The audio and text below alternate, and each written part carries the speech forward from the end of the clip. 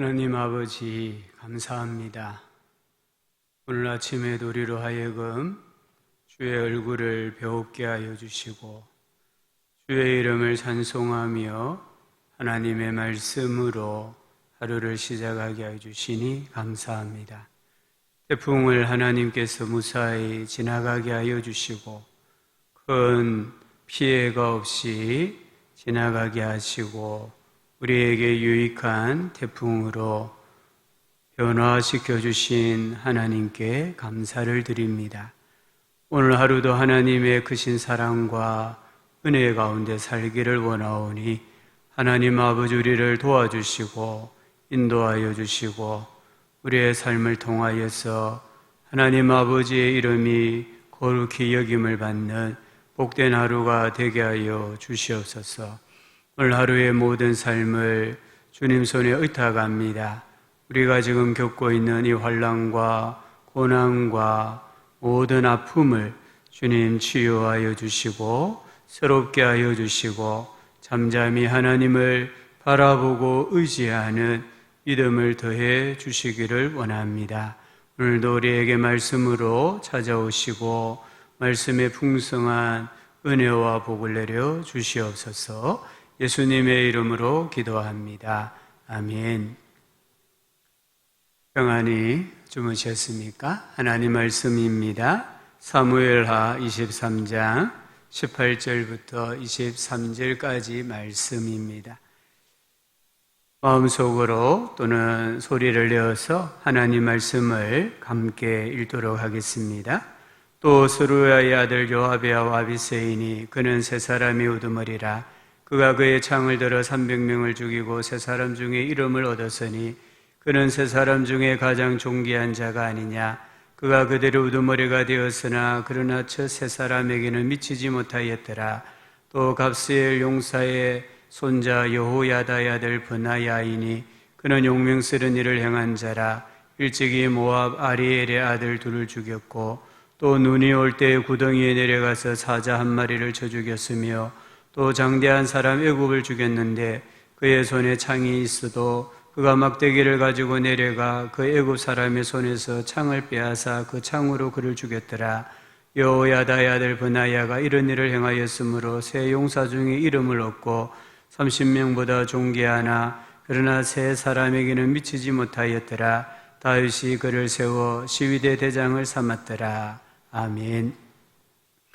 오늘 말씀은 어제 아침에 묵상했던 말씀처럼 계속해서 다윗을 도와 나라를 건설했던 용사들을 기록을 하고 있습니다. 오늘 말씀에 보면 아비새 나옵니다. 이 아비새는 앞서 다윗이 베들레헴 우물물을 마시고 싶어 했을 때에 목숨을 걸고 블레셋 진영을 돌파하여서 물을 떠온 세 용사 중에 한 사람입니다. 이 아비새가 창으로 300명을 죽여 용사의 이름을 얻었다라고 말씀하고 있습니다. 또 20절에 보면은 여호야다의 아들 브나야가 나옵니다. 이 브나야를 가리켜서 여호야다의 아들이다. 여호야다는 대제사장입니다. 아론 계통의 대제사장. 대제사장 계통의 제사장인 브나야가 오히려 큰 용맹스러운 장군으로서 다윗을 도와 나라를 세웠던 것을 보여줍니다. 이 브나야는 사실 다윗의 역사에 있어서 아주 큰 일을 감당을 합니다.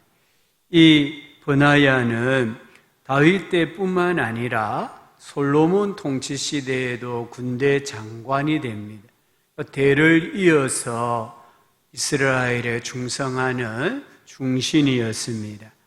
특별히 이 브나야는 사실 다윗이 유언으로 남겼던 다윗의 인생에 큰 가시와 같았던 사람들을 처단하는 일에 브나야가 앞장을 씁니다.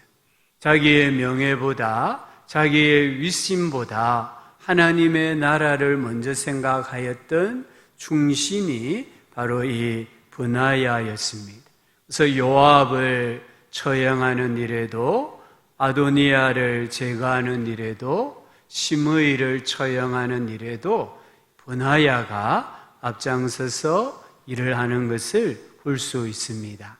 또 읽진 않았습니다마는 24절부터 23장 마지막 절인 39절까지 보면 계속해서 다윗의 용사들을 이야기합니다. 특별히 24절에 보면 요압의 아우 아사헬은 30명 중에 하나요. 그래서 24절부터 39절까지 보면 앞서 언급했던 장수들 외에 다윗의 생애에 함께했던 장수 30명을 일일이 기록을 하고 있는 것을 볼 수가 있습니다. 이 사람들은 앞서 이야기한 3인, 6인의 장수들과는 조금 차이점이 하나 있습니다. 이 앞서 말한 6인의 장수들은 그들이 어떤 일을 했는지 그들의 용맹함에 대해서 조금이나마 구체적으로 역사에 기록을 했습니다. 하지만 24절 이하에 나오는 이 장수들도 분명히 큰 공을 세운 사람들이고 일당 300이든 일당 800이든 그 큰 공을 세웠던 사람일 것입니다. 하지만 이들에 대해서는 아무런 언급을 하지 않습니다. 그냥 이름만 기록을 하고 있습니다. 요압의 아두 아사헬부터 시작해서 베들레헴 도도의 아들 엘하난, 그래서 39절에 보면은 햇사람 우리아라, 이렇게 그 사람의 이름만 기록을 하면서 이들이 다윗을 도왔던 충신 위대한 장수였다라고 말씀을 하고 있습니다. 이들이 어떤 공을 세웠는지 역사에 기록을 하든 하지 않든 이들은 다 함께 다윗을 위하여 하나님의 나라를 위하여 헌신했던 사람들이고 충성했던 사람이고 봉사했던 신실한 일꾼들입니다. 이들은 신분이 다릅니다. 출신이 다릅니다. 또 기질이 다릅니다. 재량이 다릅니다. 그러나 목적은 똑같았습니다. 하나님의 나라 건설하는 일이었습니다. 다윗의 왕국을 든든하게 세워가는 일에 쓰임받고자 하는 목적이 너무나 분명했습니다. 이 30명의 용사들을 우리가 다 살펴볼 수는 없지만 특별히 우리가 여기서 볼 수 있는 세 사람이 나옵니다. 29절에 보면 베냐민 자손에 속한 기브아 사람 리베의 아들 이때가 나옵니다. 이 베냐민 지파는 우리가 성경을 지금까지 묵상하면서 느꼈던 것처럼 시므이라는 사람을 통해서 여전히 베냐민 지파가 다윗의 왕됨을 부인하고 다윗의 왕조를 부인하는 그런 지파였던 것을 알 수 있지 않습니까? 이 다윗의 왕조를 무너뜨리기 위해서 시므이를 비롯해서 1000명 이상의 무장 독립군들이 있었던 지파가 이 베냐민 지파인데, 이 베냐민 지파에 속한 이때라는 사람을 다윗이 그의 신하로 발탁을 하고 그 이때를 신뢰하고 믿어주고 전쟁에 보내어서 하나님 나라 건설하는 데 동력했다라는 것을 우리가 꼭 기억을 해야 합니다. 또 한 사람은 누굽니까? 37절에 보면은 암몬 사람 셀렉이 나옵니다. 이 암몬 사람은 성경에 보면 여호와의 총회에 들어올 수 없는 지파입니다. 족속입니다. 하나님의 백성이 될 수 없는, 하나님 나라에 들어올 수 없는 부족이 이 암몬 부족입니다. 그 암몬 부족의 출신 셀렉을 다윗이 그의 장수로 발탁을 하고 그를 또 사용하고 동력하는 것을 볼 수 있습니다. 또 한 사람은 39절에 보니까 헷사람 우리아다. 이 헷사람도 우리가 아는 것처럼 가나안 땅에 이스라엘 백성이 들어갔을 때에 하나님께서 멸절시키라고 말씀하신 부족 중에 한 부족입니다. 그 부족의 출신인 우리아도 다윗이 발탁하여서 함께 하나님 나라를 세워가는 것을 볼 수가 있습니다. 다윗은 하나님의 나라를 건설함에 있어서 어떤 지역을 따지지 않고 출신 성분을 따지지 않았습니다. 그가 하나님 나라를 위하여서 헌신할 수 있는 마음이 있는가? 그에게 하나님 나라를 건설하고자 하는 열정이 있는가를 보고 그를 택하여서 동력하였던 것을 볼 수가 있습니다. 앞서 말씀드린 것처럼 이들은 신분이 다릅니다. 지역 출신이 다릅니다. 은사가 다르고 어떤 의미에서 용맹도 다 다릅니다. 그들이 세운 공도 다 다릅니다. 하지만 목적은 동일했습니다. 다윗을 위하여, 다윗의 왕조를 위하여, 하나님의 나라를 위하여 헌신하고 충성했다라는 것을 우리는 기억을 해야 합니다. 오늘 이 다윗의 왕조는 곧 신약시대의 하나님의 나라 교회를 가리키기도 합니다. 교회 안에도 다양한 사람들이 있습니다. 교회가 크면 클수록 그 안에는 다양성이 존재합니다. 우리 교회 안에도 지역이 다른 분이 계시고 출신 성분이 다르고 어렸을 때 신앙을 배웠던 교파가 다르고 교단이 다릅니다. 그런 분들이 지금 함께 모여서 영원한 교회를 세워가고 있는 것입니다. 우리가 하나님께 받은 은사도 다릅니다. 재능도 다릅니다. 우리의 삶의 환경도 다르고 능력도 다릅니다. 우리가 하나님을 만난 경험도 아마 다 다를 것입니다. 하지만 우리에게 한 가지 같은 것이 있다고 한다면 우리는 한 성령을 받은 사람들입니다. 우리는 동일한 한 성령님으로 말미암아 은사를 부여받은 사람들입니다. 이 은사를 가지고 우리는 하나님의 교회, 영원한 교회를 함께 세워가는 지체들이고 우리가 한 사람 한 사람을 그리스도 안에서 완전한 자로 세우기 위해서 함께 노력하고 있다라는 것을 우리는 꼭 기억을 해야 합니다. 하나님께서 나에게 주신 이 은사, 우리 교회에 주신 다양한 은사, 다양한 성도들 허락하신 이유는 합력하여서, 동력하여서 하나님의 나라를 건설하고 하나님께 영광을 돌려드리는 믿음의 공동체를 만들기 위함이라는 것을 꼭 기억을 해야 합니다. 우리가 하나님 앞에 모두 쓰임받을 수 있다는 것을 기억해야 합니다. 내가 한 일을 교회가 알아주지 않아도, 목사가 알아주지 않아도, 사람들이 알아주지 않아도 하나님께서는 내 이름을 하나님 나라 생명책의 행위록에 기록하시고 오늘 다윗이 30명의 용사들을 그들의 이름만으로도 기록했지만 그 이름의 안에는 그들이 세운 공이 다 포함되어 있는 것처럼 하나님께서는 우리 이름을 기억하시고 우리가 하나님의 나라를 위해서 어떻게 헌신하고 협력하고 동력했는지를, 어떻게 충성했는지를, 헌신했는지를 하나님께서 다 기억하고 계신다는 것을 우리 성도님들께서 꼭 마음에 아멘 하시고 우리 모든 성도님들이 더욱더 주 안에서 하나 되고 연합하여 하나님 나라 건설하는 데 귀한 동력자로 쓰임 받으실 수 있기를 주의 이름으로 축복합니다. 오늘 말씀에 보면은 이상한 게 하나 있습니다.